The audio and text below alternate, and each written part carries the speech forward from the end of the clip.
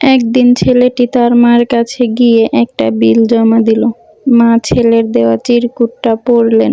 ছেলে লিখেছেন, ১. গাছে পানি দেওয়া ১০ টাকা। ২. দোকান থেকে এটা ওটা কিনে দেওয়া ১৫ টাকা।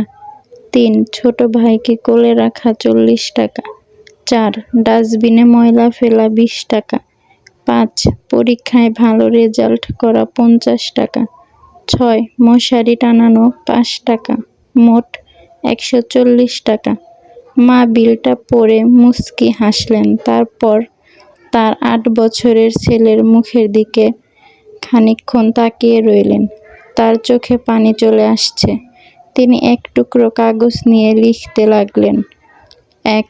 তোমাকে ১০ মাস পেটে ধারণ বিনা পয়সায়।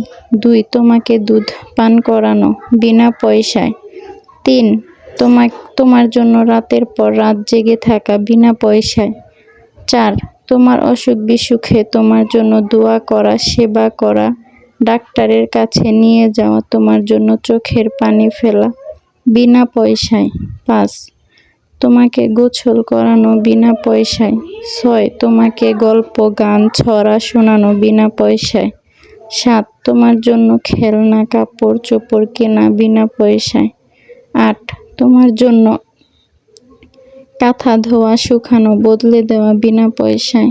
৯. তোমাকে লেখাপড়া শেখানো বিনা পয়সায়। ১০. এবং তোমাকে আমার নিজের থেকেও বেশি ভালোবাসা সম্পূর্ণ বিনা পয়সায়।